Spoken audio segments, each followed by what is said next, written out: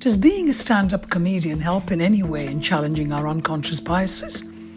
Papa CJ, award-winning stand-up comedian, says the magic of what comedy can do in this regard is another playing field altogether. He says it is like holding a mirror to yourself. This is Between Us, Stories of Unconscious Bias. I am Smita Tharoor.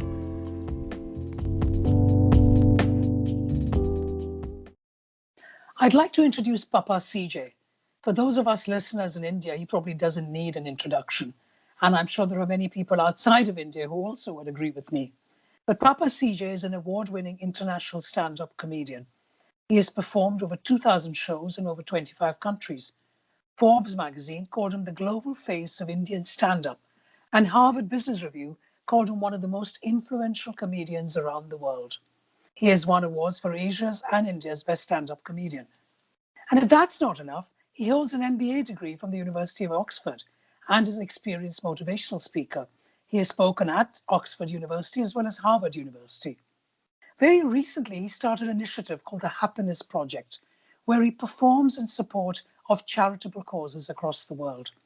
And then last year, in January 2020, he launched his maiden book, an autobiography called Naked. I'm sure you can guess what that book would be about.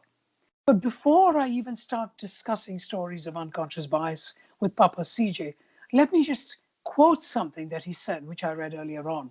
He says, "The greatest joy I get is from my happiness project, through which I try and take laughter to those who need it most, whether it's offline in pre-COVID days or online now.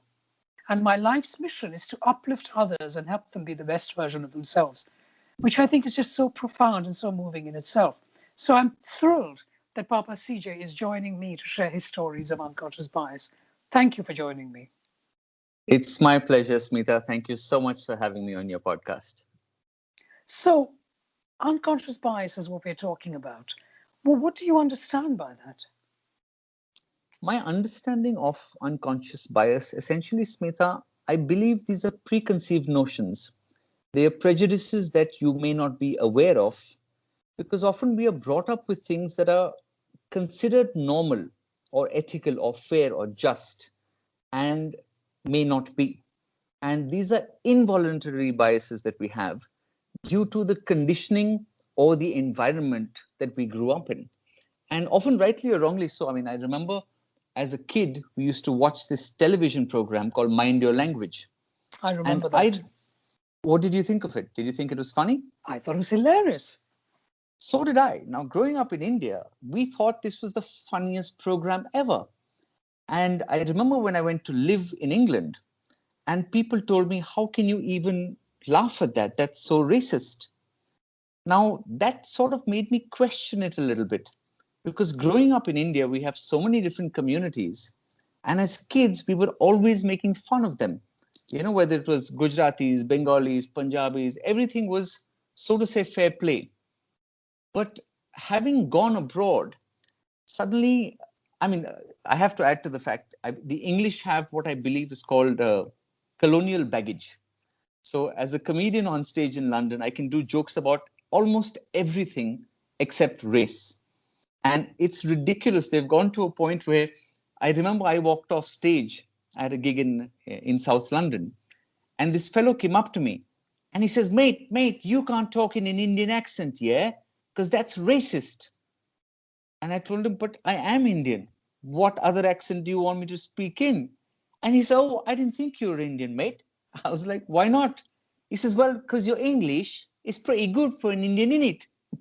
I said, now that, my friend, is racist, you know. But it makes, I mean, now having grown up and been exposed to, I suppose, different cultures around the world, one starts to question that, you know, was what we were doing racist? Was it some kind of an unconscious bias? And I think maybe, and of course, you're the expert in the field, but maybe unconscious bias is also relevant or different when it comes to different cultures and countries, depending on how you grew up. No, absolutely. Absolutely. Because I just wanted to respond to when you were now, you suppose you're making, you know, you've made up a South London accent. And I'm thinking, what does that look like? Or what does that sound like for the listener? But Uh, you said earlier on, you feel that unconscious bias is very much about strong, and I'm slightly paraphrasing what you said, but strong beliefs and ideas that we have of how things should be done. And you just also mentioned that based on our culture, where you grew up, what kind of upbringing you had, there might be things that you thought were normal and correct, which then, in the benefit of hindsight, you don't. That's essentially what you're saying. Is that Yes, correct? And yes, so could you go back to those growing up years then, and share a story with us? What did that look like those days?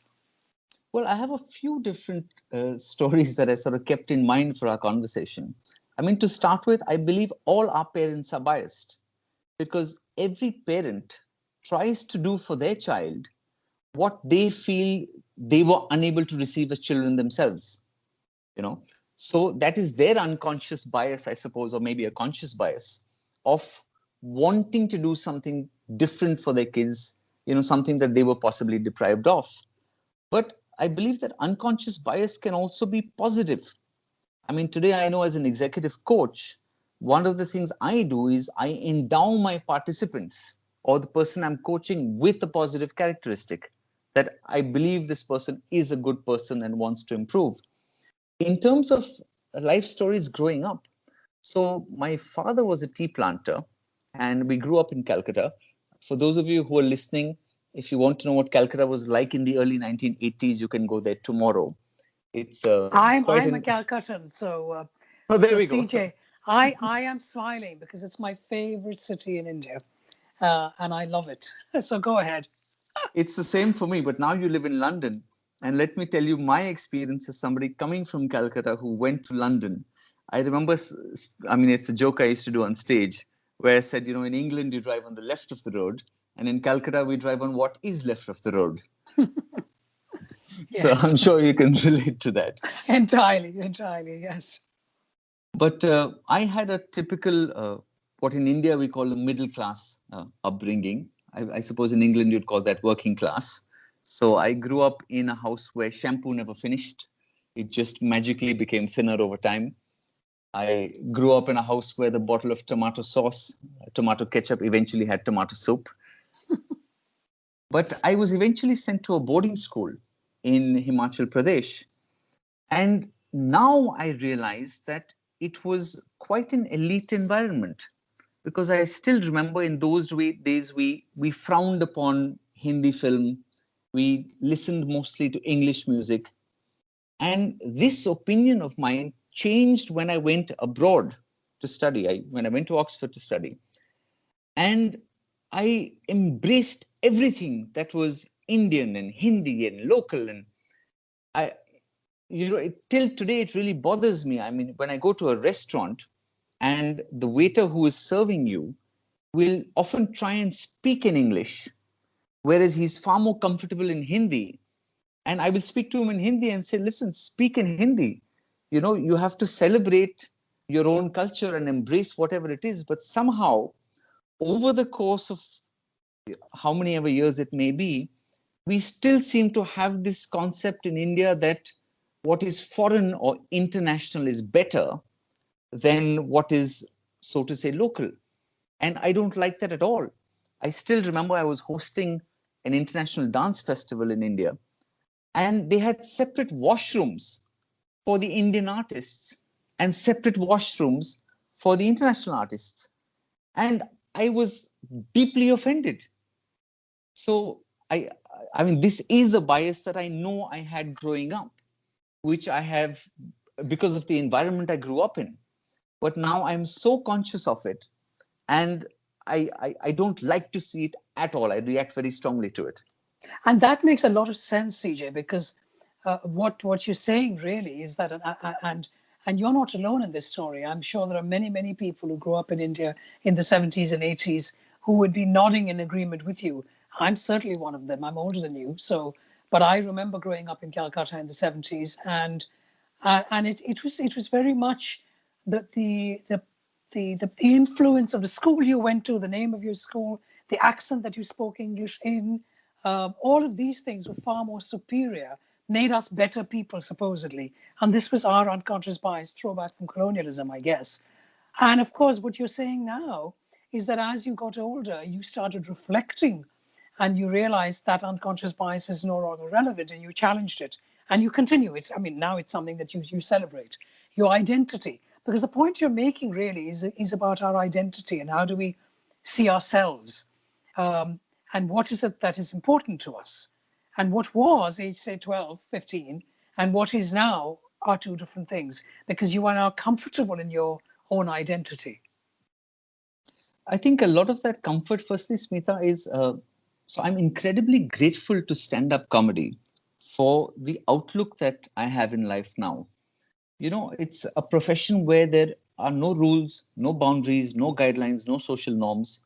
So, in fact, the first line of my book says that, and I suppose this holds true for most art forms, is that stand up comedy is an outward expression of an inward journey. So when we start, I mean, it's a process of evolution. When we start, you want that, you want the confidence that you can make people laugh. So you'll go for the easy joke. Then we will do observational comedy all along the way. Then you want to be seen as edgy or cool. So you'll pick on positions of authority. You'll use foul language on stage, things that make you look smart or feel cool. So the kind of joke I would do, let's say I do a joke about traveling to the US, and I said, I went there under the Trump administration.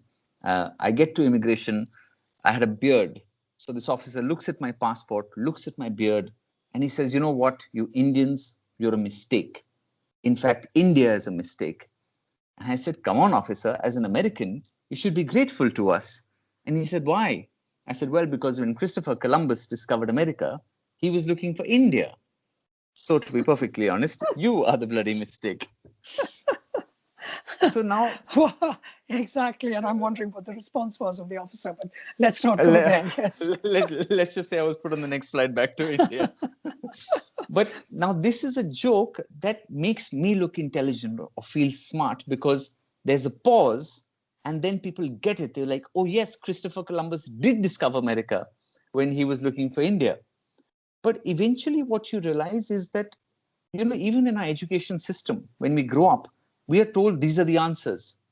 Suddenly you go abroad and study, and your faculty member asks you, "What do you think?" And the first thing that comes to your mind is like, "What do you mean, what do I think?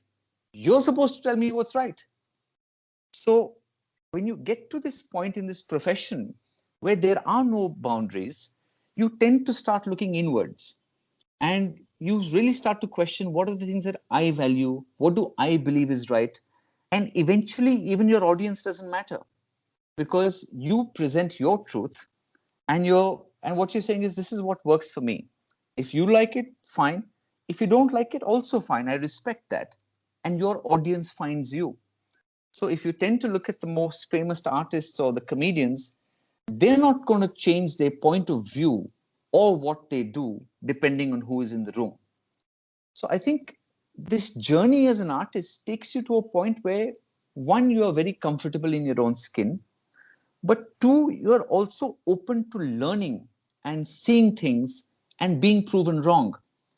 And I'll talk about this closer to the end, but the magic of what comedy can do with regard to unconscious bias uh, is another playing field altogether. But then let me just pause this idea because I think what you're saying is wonderful. And it's not just about comedy. It's about people who choose to reflect, self-reflect. And the word you use was truth. It is my truth. And because I am so comfortable in myself and I know what matters to me, no matter what I do for a living, I can then be so comfortable in myself that when I'm communicating with others, I am doing it with authenticity and honesty. And that's what you're doing. But you make us laugh, which is wonderful. But I want to go back a tiny bit, CJ, if I may. What do you have a story? What brought you on the whole idea of stand-up comedy? Most people, certainly in India in the 80s, parents would have said, when you grow up, be a doctor, engineer. We all know these stories. So Yeah. what did you have any kind of epiphany, any kind of challenging story that made you realize that this is what you want to do when you grow up? I think what helped me get there, it wasn't so much well, it was partly inspiration, but so I took a huge loan went to Oxford, did this MBA degree, got a job with a consulting company in London. And the 4 years that I worked in that firm, paying back my loans, I wasn't really placed on too many projects. This was the year 2000, the whole dot-com crash had happened. So I took a sabbatical. And in that year off, I went to the Edinburgh Festival and I saw these guys doing stand-up comedy. I thought it was the most amazing thing in the world. There was a guy on stage with a beer in one hand, a microphone in the other, and he was having fun. And that was his job. I thought this was the most amazing thing in the world. So 3 months later, I got on stage and I ended up doing about 700 shows in my first 3 years. But it was an interesting time because I remember the first year, I did about 250 shows in the first year. I used to wake up at about 10:30, 11 in the morning, have one meal at 2 o'clock. I would get into some comedian's car to drive to some city in the UK. It would take us 3 or 4 hours to get there. I would get to the show. I was nervous. I wouldn't eat. And if the venue wasn't paying for your food, you wouldn't eat either. I would do between 5 or 10 minutes. I would get dropped off in the outskirts of London at about 1:32 in the morning. I would pay the driver my share of petrol. I wasn't getting paid for any of these shows. I was too poor to afford a taxi at that point. So I would change 3 different night buses, sometimes waiting for 45 minutes in cold London winter. And I would get home at about 4:30 or 5 in the morning. Now, I did that every single day, Smita, for an entire year. At the end of that year, you have no money, no friends, no relationships, and no life. But every single comedy promoter in the country knows your name. And then you sort of start off from there. But that just goes to show something else about you, because we're talking unconscious bias. And I am listening to this young person who has arrived from India. And I think, is this your first time outside of India when you come to do your MBA? Yes. In Oxford. So you've arrived from India and you've only known India and Calcutta. And now you arrive in the UK, you study hard, you get your degree, and then you work, you're paying back your loan. But what is what I'm hearing in this story is coming back to what you said earlier on, which is about, I am so confident in myself and my self-belief because I don't mind that I'm not getting paid. I don't mind that I'm taking 3 buses, in a cold London night. God knows, I know what that feels like. Because I love what I'm doing and this is so important to me. So does it come back to something else, which is you're growing up in Calcutta and you're parenting, how your parents brought you up? Because we are all a sum of our narrative and our life experiences. And so what's been embedded in you, and you're welcome to shoot me down and say I'm completely wrong, is that what's been embedded in you is very much a sense of extreme self-confidence from a very young age because your parents believed in you, or whoever it is, your main carers, your parents, your siblings, your grandparents, those people who matter to you, your family. They said you can do whatever you like, the world's your oyster. You're partly right. And I will correct you on the one bit that you're wrong. So one, on the parental front, you're absolutely right. My parents have been supportive all the way through. They saw that I had found something that I love doing. Of course, so they said, listen, if you love it, go for it. We support you completely. Of course, 10 years later, they went and told me, listen, we thought you were going to do it for 6 months and give it up, but you just kept going on. From my point of view, I don't think it was self-confidence. I think it was ignorance. I had no clue how difficult it was to actually succeed in that profession. I mean, had I known before what the odds were, maybe I wouldn't have gone at it the way I did. I remember after the first year, I went broke. So I took a job in a recruitment firm. I used to work for 8 hours a day, do comedy for 10 minutes a night, but still in my head, I was a comedian. And the comedy and the job was on the side. That's what I was doing to support, so to say, my comedy habit. But I still remember the kind of things I used to do, Smita. I mean, today it's fashionable to use the word hustle.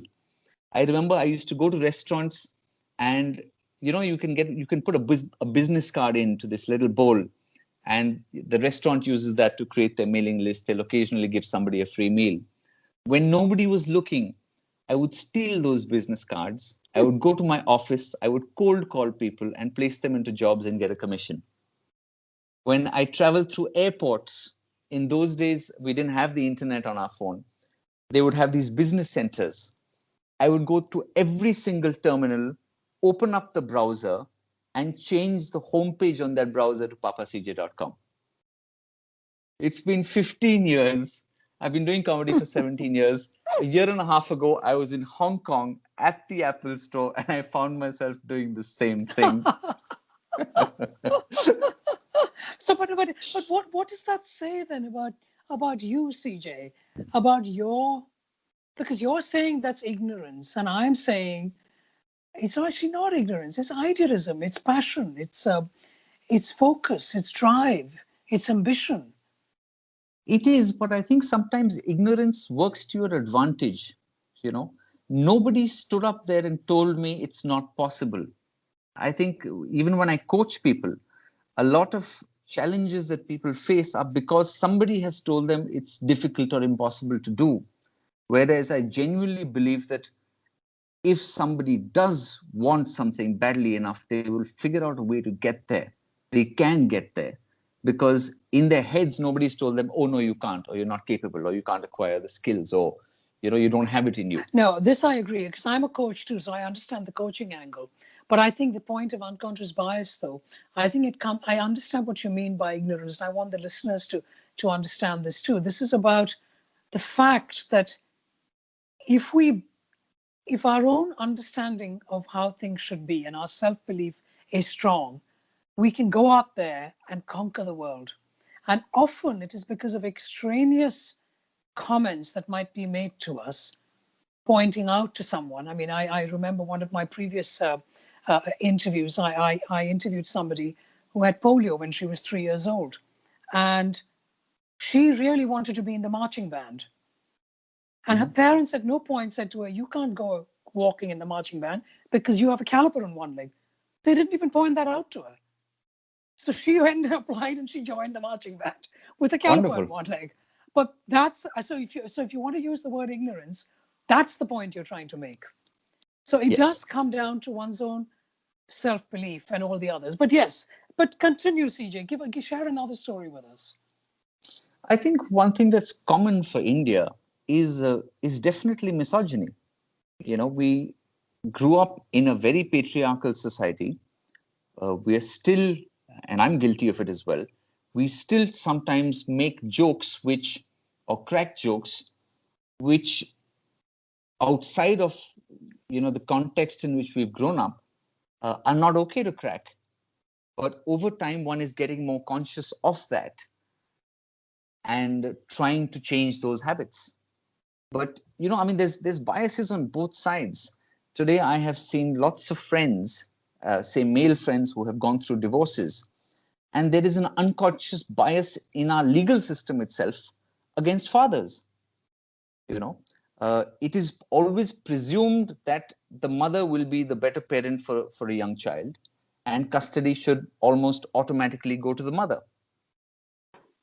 That being said, I think as comedians today, we are very fortunate in that unconscious bias, when we do get conscious of it, or when we are able to see it in others, we are able to take that on stage.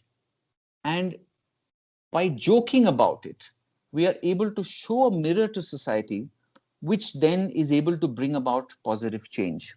So, for example, I was performing in front of 1,000 students in Bangalore. There were 3 faculty members sitting in front. I asked them, I said, you know, do any of you have children? So there were 2 faculty members who had daughters. I said, I want to ask you a few questions. I said, do you think that boys and girls should get access to the same resources, you know, when they're studying and working? They said, oh, yes, definitely they should. I said, do you think the cost of education should be the same for boys and girls? Oh, yes, they definitely should. I mean, there were a few more other questions like this. Then I said, I looked at the faculty member. I said, sir, you told me that boys and girls should have access to the same resources. But in your college, the boys can use the library on Sunday and the girls cannot. Then I said, you told me that uh, the cost of education should be the same.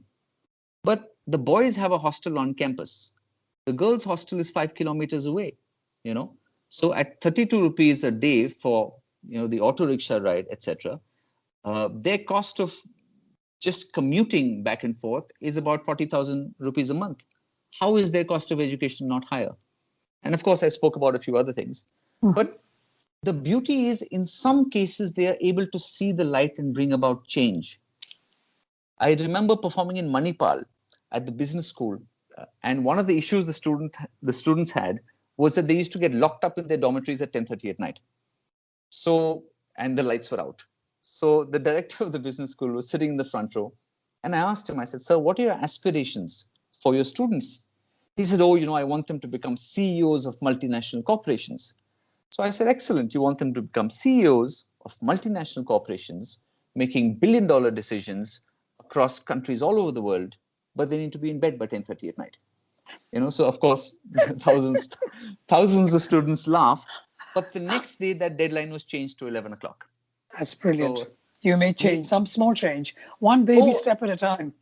I have to also say this. I just found out that same College of Engineering, where I spoke about the girls' hostel being 5 kilometers away. I also spoke about the safety issues. I was recently informed that in February this year, 3 years after my show, they have opened a girls' hostel on campus. Brilliant. So you're using comedy to make change. That's what you're doing. Yes and no, in that, so there's a lot of times where people will come to you and say, "Hey, you're a comedian, you're doing this, you should use comedy as a vehicle for change." So I'm doing it in some capacity, but I don't think it is necessarily your responsibility always, because each comedian is different. Some are more political, some. There's a comedian called Reginald D. Hunter, who I admire a lot, uh, based between the UK and the US. And he told me the difference between a comic and a comedian. He says a comic says funny things, but a comedian has something to say. And I think that's very powerful. It's perfectly okay to be a comic as well. You can just do joke, joke, joke, joke, joke. But yes, I think it was Mary Hirsch who said that humor is like a rubber sword. You can make a point without drawing any blood. So it is a powerful vehicle for creating change. And I think in the capacity that we can do it, we should try our best to do it. So coming back to you, CJ, Yeah. tell us more, because I mean, yes, you're a stand-up. You're a very well-known, well-respected stand-up comedian, now doing probably online stuff rather than face-to-face. But tell me about your unconscious biases, and share a story with us that could show us how perhaps, which is kind of a bigger picture, how comedy has challenged your unconscious biases. You're working within the comedy area. Do you have a story you could share? I think some of it has to do with the perceptions you have of different kinds of people. Because when you travel to different parts of the country or different parts of the world, sometimes you have different perceptions of what people might be like. And that tends to change once you start speaking to people. One's always been told that, I mean, the bias I spoke about earlier, where everything in the West is necessarily better, and what's homegrown may not be. In fact, I remember when I started doing comedy in London, pretty much the first few lines I wrote, of course, I was announced on stage as the Indian comedian. I used to get on stage and say, "Would you believe it? Nowadays, even your comedy is being outsourced." But then I used to say that it was a very easy decision for me to leave India, to leave Calcutta and move to the UK. I said, I remember the day I made that decision. I was lying in the sun, getting a massage, while my maid cleaned the dishes, the chef cooked food, my chauffeur washed the car, when I thought to myself, to hell with this life. I'm going to the first world. It's a shared flat with high council tax in an up and coming part of Hackney for me. But yeah, so I think a lot of my my early comedy in the UK was, having seen the biases that people had against Indians in at least in those days. I mean, I had sometimes performed in towns where they hadn't seen a brown guy, anywhere besides at the newsagent. And I always wanted to try and sort of project India in a positive light so that the next time, I mean, before, a skinhead would decide to pick on the guy walking on the side of the street, he would sort of think twice about the brown guy who got on stage and gave him a hard time. And I think the strange thing is, Smita, that it's so difficult to spot your own unconscious biases. Oh gosh, yes. You know, the So how do and you how do you spot your unconscious biases then? How do you manage them? it's somebody else showing me the mirror. I'm looking for other people to show me that mirror. Just What does like that mean? Can you expand on that? it's exactly like that situation in the UK where somebody says you can't make fun of somebody else's accent, right? Because that's racist. That's not okay. I mean, as growing up as kids, we were constantly doing jokes about Sikhs. In Europe, they do jokes about the Poles. We were constantly we still do it, making fun of Bengali accent and Gujarati accents, you know. Uh, but when somebody points it out to you, you realize that in a certain culture or in a certain context, it's not okay. But I think the general rule we've been taught as comedians is that it is okay to punch up, but never okay to punch down. So if you are the perceived minority, you can pick on the perceived majority or the perceived stronger group. So when a woman on stage makes fun of men, it is perfectly fine. If a man makes fun of women, it's misogynist. If a black comedian is making fun of white people, it is okay. If it's a white guy making fun of black people, it's racist. If it's a heavily built woman making fun of skinny women, it's okay. But a skinny woman making fun of, so to say, fat women is not okay. So I think that's where we sort of find that balance. So I suppose the way to get conscious of your unconscious bias is to think about whether you are looking at somebody who is in a position of, I suppose, less privilege than you and speaking about them in a way that is not okay, because every human being, every community deserves respect No, but and then I would dignity. challenge, what you're saying is brilliant, and I'm not disagreeing with you, but I want to be devil's advocate and then Yeah. challenge that question and say, but then surely my idea of privilege or what I perceive privilege will be different to somebody else's. So, as an example, very simply Mm-hmm. put, as you know, I'm Indian. I grew up in Calcutta. I have a Mm-hmm. very strong sense of my own Indian identity. I Mm-hmm. live in London, and I see Mm-hmm. myself as being privileged, and I'm deliberately choosing that word, to be Indian living in London. So now I meet this white English-born person. It's not about the gender. It's about where you Mm-hmm. come from. As far as I'm concerned, I think I'm far so. I'm just making it up. I think I'm far superior to that person because I am Indian and I live in England, and the experience that I have got are far more than you, Mr. White person, who has Mm-hmm. never left United Kingdom and only know so much of the country that you were born in. And therefore, I am superior. Therefore, can I joke about you, Mr. White man? Or can the white man joke about me? Do you see what I'm going with this? Who says, how do we agree on whether we are better or not so better than the other group? So there is no real agreement to it. And I agree with your point of view that you see yourself as supposedly superior. But if you happen to be in a comedy club or in a group in London with 50 other people and you made fun of that person, it would be okay. If that person made fun of you, the crowd would look at that person and say, "What's wrong with you, man?" So a lot of what, which is why exactly I use the word perceived minority. It a little bit of that is dictated by the environment you're in. Hence the word perceived minority, or the group that is perceived to be superior. Fair enough. Okay, so CJ, how do you manage your unconscious biases? You had begun that, and I kind of hijacked the conversation a little bit. But please, you were just telling me. So you look at the mirror. You is that what you're saying? Could you you manage your own unconscious biases by seeing how other people react. Is that what you meant? I take it on a comedy stage, to be honest, Smita. The second I'm conscious of the fact that I'm doing something wrong, I think self-deprecation is the way to go. You go on stage and you make fun of it. I do jokes about. So, for example, there is a huge bias against divorce still in India, for example, 2021. Now, I'm divorced, and I take various misconceptions that people have about divorce or divorcees to the stage. So, for example, one of the jokes I do is, okay, so let me ask you this. Are you married, Smita? I'm not aware of I that. am, yes. Okay. Yeah. What is your husband's name? Seamus. Okay. What do you call him? Seamus. You call him Seamus. So, yeah. I so was one of like that. That's fine. So, but other people may have a nickname, right? They do. Some people call him Shay. Exactly. So the small things change, like what you call your partner. First, it's their name, then it's a nickname, then baby, then my love, then the defendant. Right. So things can change, and it can happen to anybody. No, you're so right.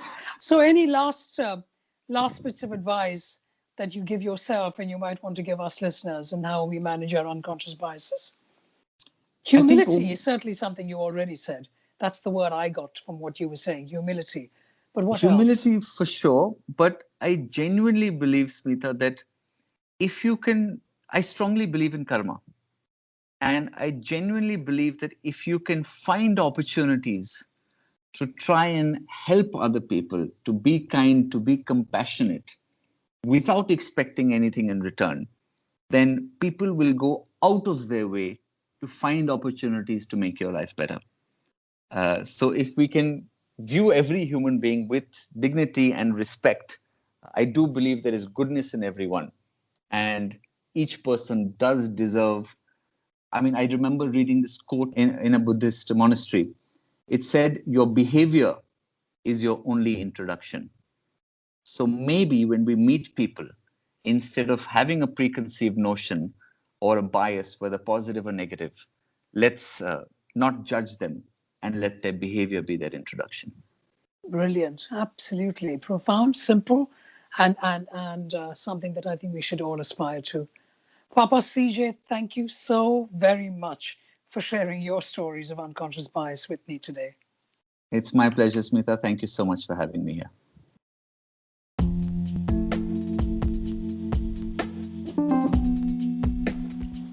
Thank you for listening. If you like this podcast, please do share with someone. That's the best promotion the podcast can have. The more we hear these amazing and brave stories from speakers around the world, the more we can learn about this important subject of unconscious bias. I'm Smita Tharoor. See you next week.